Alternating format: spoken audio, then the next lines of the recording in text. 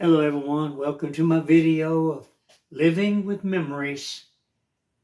Friends, we all have memories of when we were, in our early years, our childhood, times with our dads and the things that he would teach us and taught us.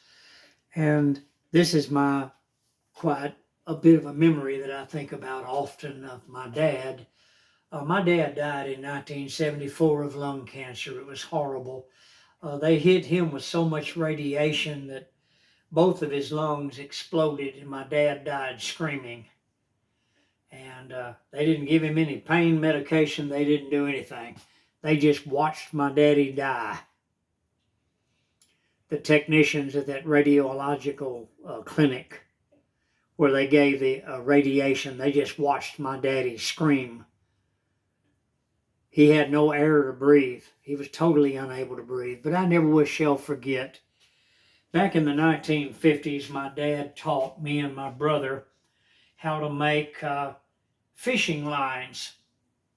And he had us go out and pick out a stick about this long, a round stick, branch, or whatever. And we would take that, and then we had, back then in the 1950s, we didn't have monofilament. There was no such thing as that. We had nylon fishing line. And my daddy taught us how to, right in the middle of that stick, you tied a knot. And then you took that and you wound it up. You pulled it out about this far, and then you wound it up. You cut it, and then you wound it up. And then when I got about this far hanging down below your line on your stick that you're winding up, you stopped. And then my dad showed us where that we placed our sinker. And we had the lead sinkers back then that you bit, the round ones. You know what I'm talking about? We didn't know anything about lead back then. But you just take it and you bite it on your line and it's there. And then down below that, my daddy taught us how to tie a fish hook onto the line. And he taught us the various knots and how to tie them up. And then you cut the end off on the other side of the hook. And then you do this to your line with a hook. You put your finger in that, you know how the hook is like a little circle? You know what I'm talking about?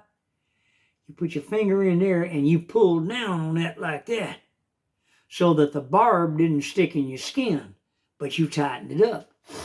Then you finished rolling it up on your hand stick, the stick that you carried.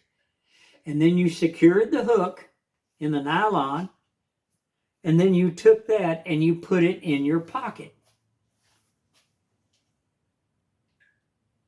And then you would go fishing, and that's what you would use. Now, a lot of times, me and my brother would get out, we would be fishing, and we ran out of bait and things like that. And my dad taught us to look for certain trees that had little leaves about this long that wiggled in the wind. You didn't want the big ones, you wanted the little ones. And you would get them and pick them off there, and then you would stick it on your hook, and you would stick it in the water with your hand line, and you would do this, right off the bank, about this far off the bank. And you would just wiggle it a little bit at a time, not fast, just kind of shake your hand a little. All of a sudden, we caught so many fish. But these are all good things that we remember.